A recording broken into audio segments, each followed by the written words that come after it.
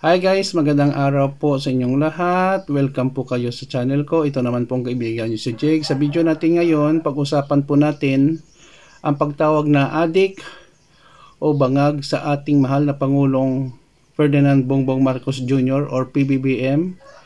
May basihan ba? Or gawa-gawa lang?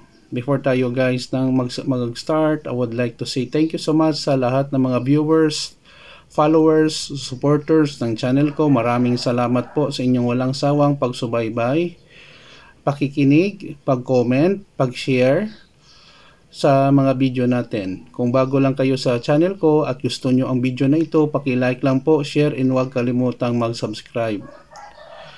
Marami akong nakitang videos, mga comments sa social media, particularly sa Facebook at YouTube, na may mga videos na sinasabi ni Tatay Digong na bangag daw, adik daw ang ating Pangulo, drug user daw si Harry Roque, former presidential spokesperson ni Tatay Digong, nagpalabas ng video na deepfake pala according sa NBI na parang kamukha ni Ferdinand Bongbong Marcos or PBBM na nagda-drugs, nagsashabu, at mga DDS at mga supporters ng dating administrasyon, inaakusahan palagi si mahal nating Pangulong Bongbong Marcos na drug addict.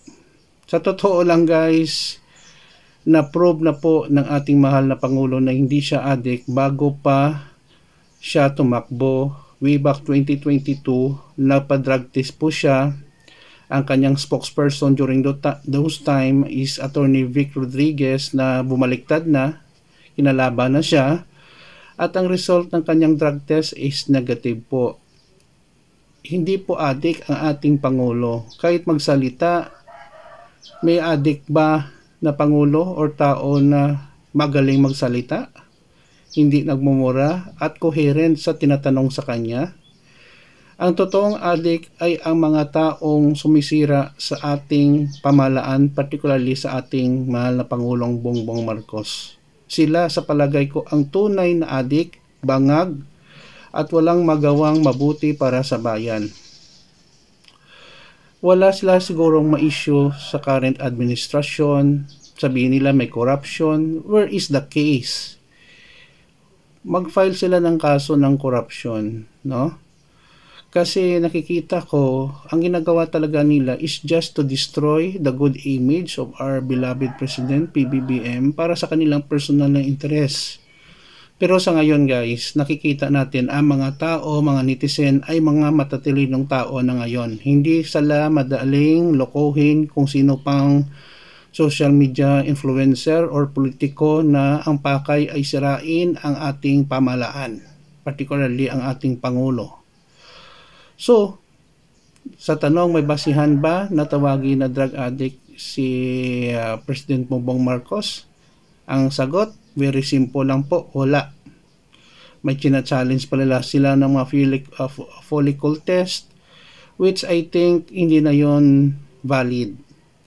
Kasi ayaw talaga patulan ng presidente para sabihin lang na drug free siya, not a drug user. Kalokohan yun guys, sa totoo lang.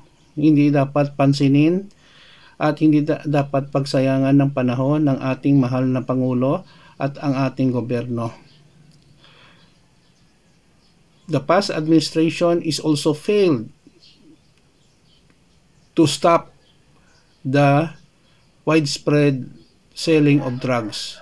Ang drug war, temporaryo lang yon, pero ang nabibiktima during the time ay mga drug pusher lang at maliliit na mga drug lord. Walang big fish. Hanggang ngayon, grabe naman ang mga drugs. Sabihin naman nila, kasalanan naman to ng administrasyon ni Pangulong Bongbong Marcos. Sa totoo lang guys, ang problema regarding sa drugs is a very old problem. Kahit saang mundo may drugs. Okay? Kahit sabihin mo sa China, mayroon doon pa nga na manufacture ang drugs.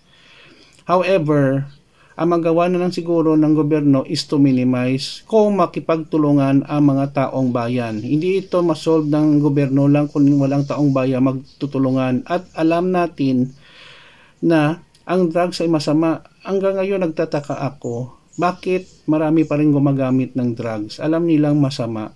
Ewan ko sa kanila, siguro peer pressure o may sayang lang talaga sila sa pag-iisip. Yun lang po guys, kung may comment kayo sa video na ito, paki-comment lang po, share, and huwag kalimutang mag-subscribe. Mahal ko kayo guys, mahal natin ang Pilipinas. Ingat po tayo palagi. Kita-kita po tayo guys sa sunod na video. Ito naman po ang kaibigan nyo si Jake. Paalam.